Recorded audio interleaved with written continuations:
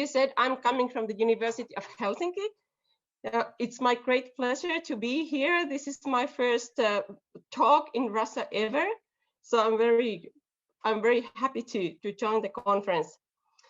So my own research area is lexical semantics, simple vocabulary, and easy language research. And here today, I'm presenting a new handbook, which is coming to the market this summer. So let us first have a look at the background of the project. The idea of the handbook was launched just 15 months ago, right before the corona pandemic started. Camilla Lindholm and myself, we had been dreaming about this kind of book for some years already. We were interested in learning what is going on in the other countries. We knew that there had been some collaboration between some countries going on for years or even for decades. But there was no overview of the countries showing what actually is the situation with easy language and accessible communication in Europe. So when there was one of the EASY conferences in Hildesheim, Germany last year, February, Camilla and I proposed the idea of a handbook.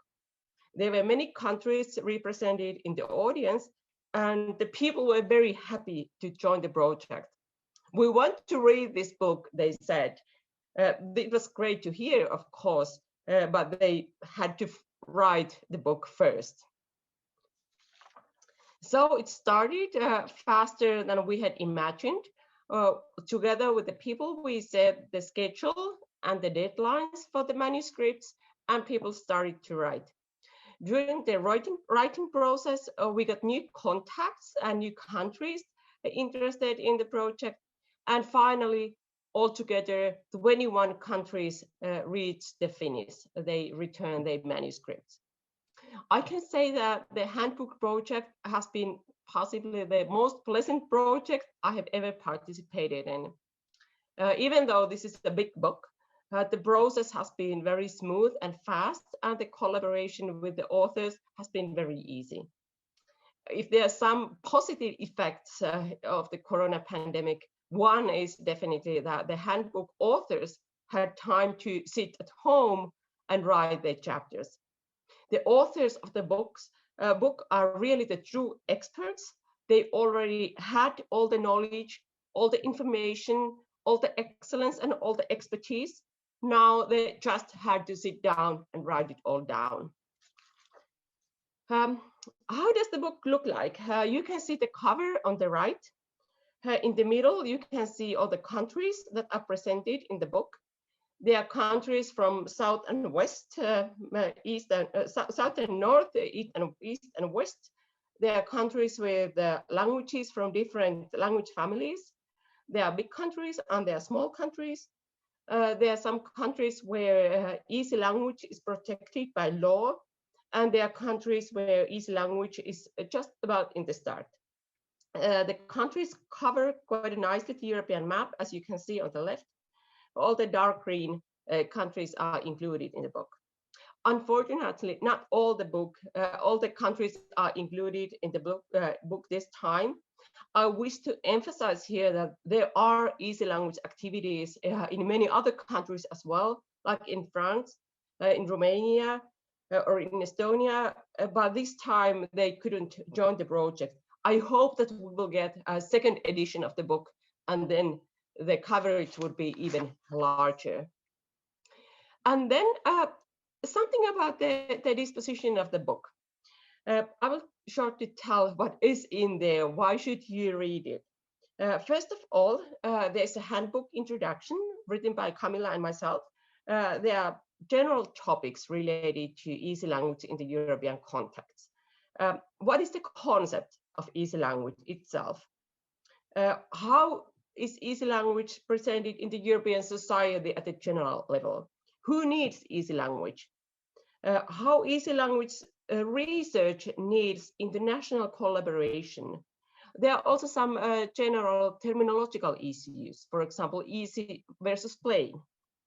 But the most important content of the handbook are the 21 country chapters.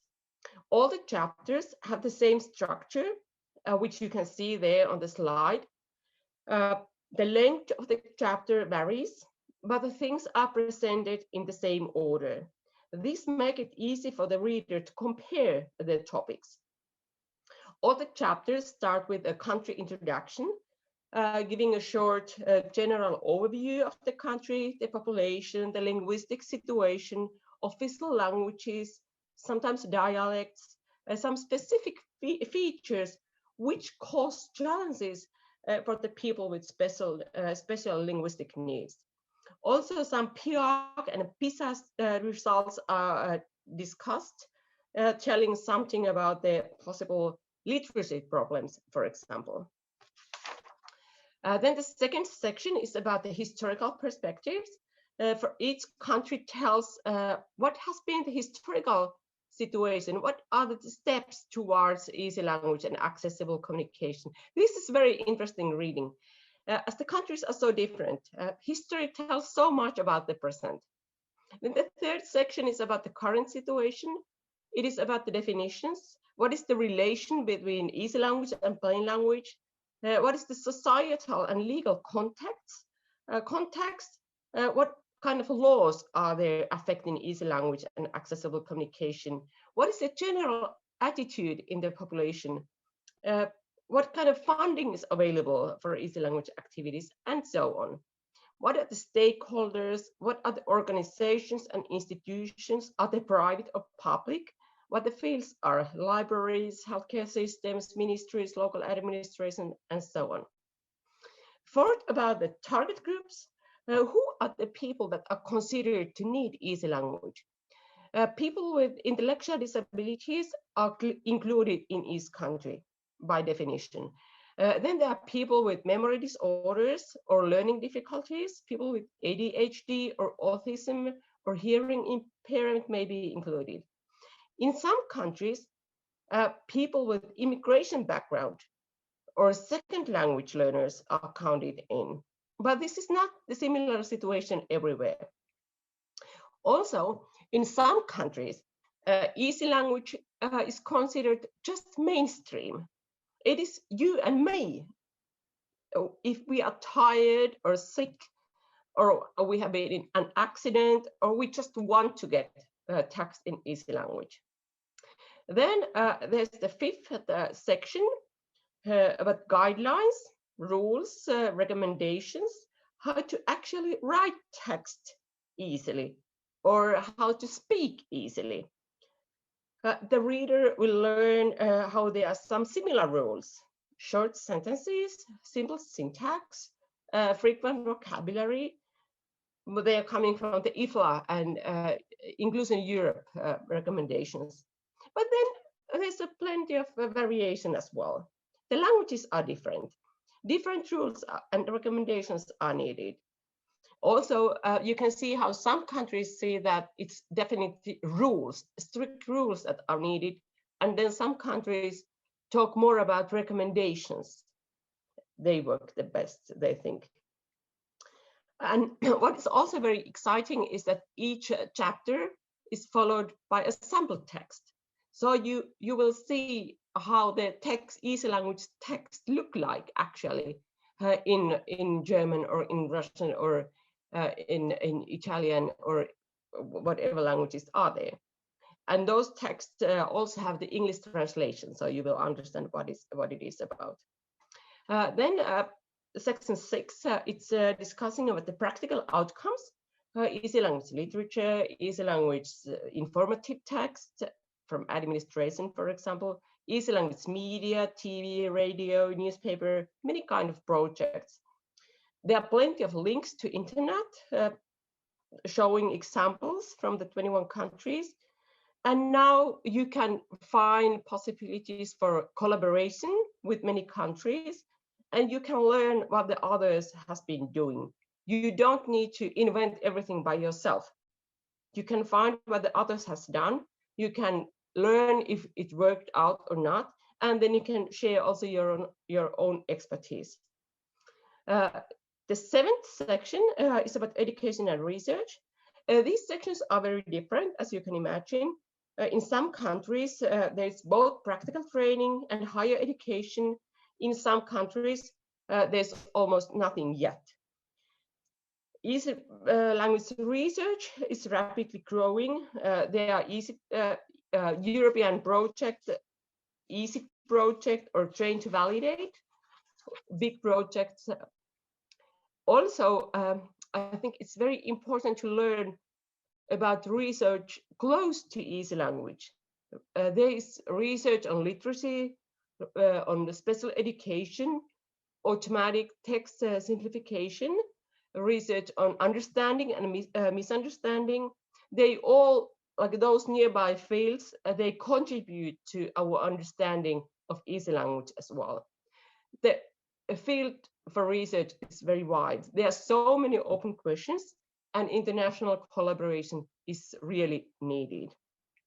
And finally, the last section is each chapter is the future perspectives. Each country tells what kind of future they are looking at.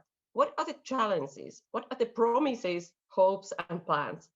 We can see that no country is ready yet, or no country is perfect. All the countries have plenty of work to do. But there is the same goal in each country. People are working for equality and participation. They are working for making language easy and information accessible. Then about some like numbers of the book. As I said already, the book is now in print. It will be on market in August. What is very wonderful is that we will also have the open access in February next year. And then the book will be available freely on internet to everybody. As you can imagine, the project is quite expensive, and the funding comes from the Finnish Kone Foundation. We are very thankful for Kone for this funding. The book will be published by the German academic publishing house, Frank Temme.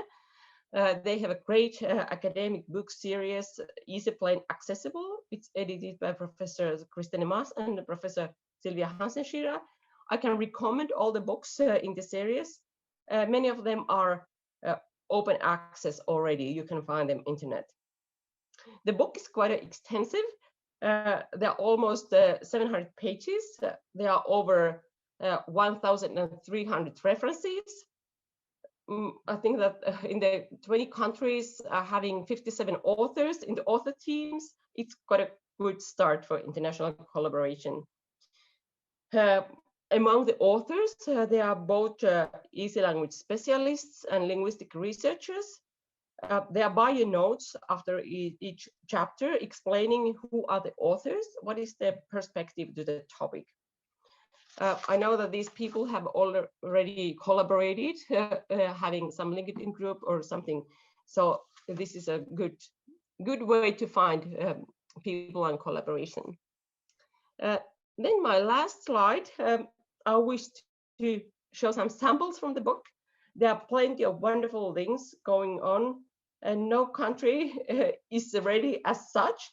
But if you, from the big picture, you can take things from here and things from here, there, then you can kind of build an ideal picture from the world of easy language perspective. I wish you all good reading and great experiences traveling around Europe and traveling around easy language. Thank you very much.